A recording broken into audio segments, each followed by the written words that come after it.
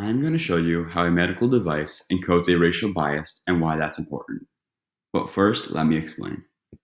COVID-19 was declared a pandemic in March 2020. Among many symptoms, some of the most deadly are the lung effects, inflammation, pneumonia, causing low oxygen levels in the body, which is dangerous. What is a pulse ox? This is a machine that is used in hospitals since 1981. It monitors for low oxygen, then treatment can happen. The pulse oximeter pulses the light through the capillaries and measures how much is saturated with oxygen. What's the problem? It's not as accurate for dark-skinned individuals. When studied, the Caucasian patients may be inaccurate 3.6% of the time, while testing in African American patients, it's inaccurate 12% of the time.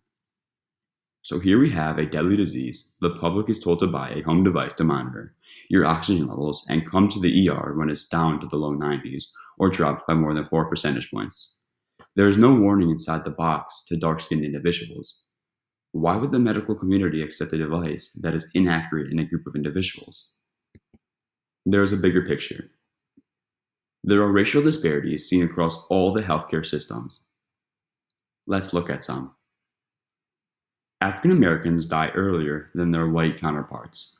For example, one study showed that there were 155 premature deaths from health conditions in African Americans versus 77 deaths per 100,000 in whites.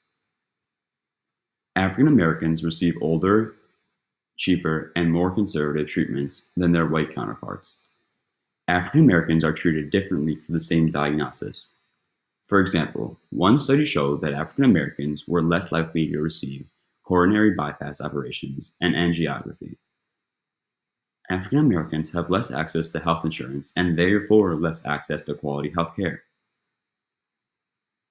Another issue is the mistrust African Americans have in the healthcare community. This stems in part from the Tuskegee experiment.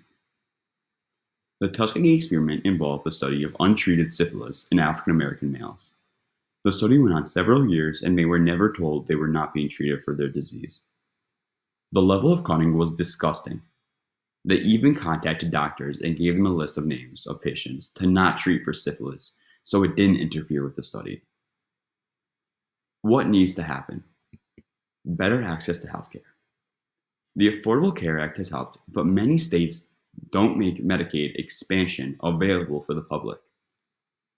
Another way is to federalize Medicaid so the states cannot deny it. Also, there needs to be better education of medical students and physicians. They need to be better educated of their innate bias causing them to choose treatments based on racial ethnicity. There also needs to be more African Americans providing healthcare. African Americans will trust the recommendations more often. Why is this important? Racism is bad for society as a whole. It creates violence and repression. It limits the cooperative ability of societies. It limits economic potential. It's not based on good science. In regards to the initial story about the pulse oximeter, what should be done? There is technology now to fix the problem. It needs to be fixed.